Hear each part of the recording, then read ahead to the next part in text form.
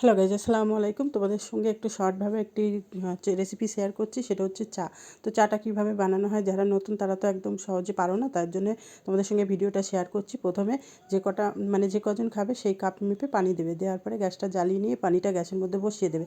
তো বসিয়ে দেওয়ার পরে এই যে আমি একটু আদা নিয়ে নিয়েছি, আদাটা একটু থিতো করে নিয়েছি, আর একটা এলাচ দিয়েছি, দিয়ে পানির মধ্যে দিয়ে দেবো। পানিটা ফুটে উঠলে, তো হালকা ফুটে উঠেছে, এবার আমি দিয়ে দিচ্ছি।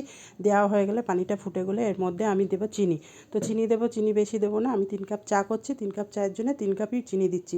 তো একটু বড় কাপ ছিল, তো 3 কাপ চিনি দিয়ে চাটা ফুটে গেলে ভালো করে ফুটবে, তারপরে আমি লিকারটা দেবো। তো লিকারটা বেশি দেবো না, 1.5 চামচ লিকার দিয়েছি। দেওয়ার পরে দেখো বন্ধুরা, আমি তোমাদের সঙ্গে দেখাচ্ছি কালারটা কেমন হচ্ছে। এই যে এইভাবে কালারটা হয়ে গেলে, এবার এটা দুধ চা করছি আমি।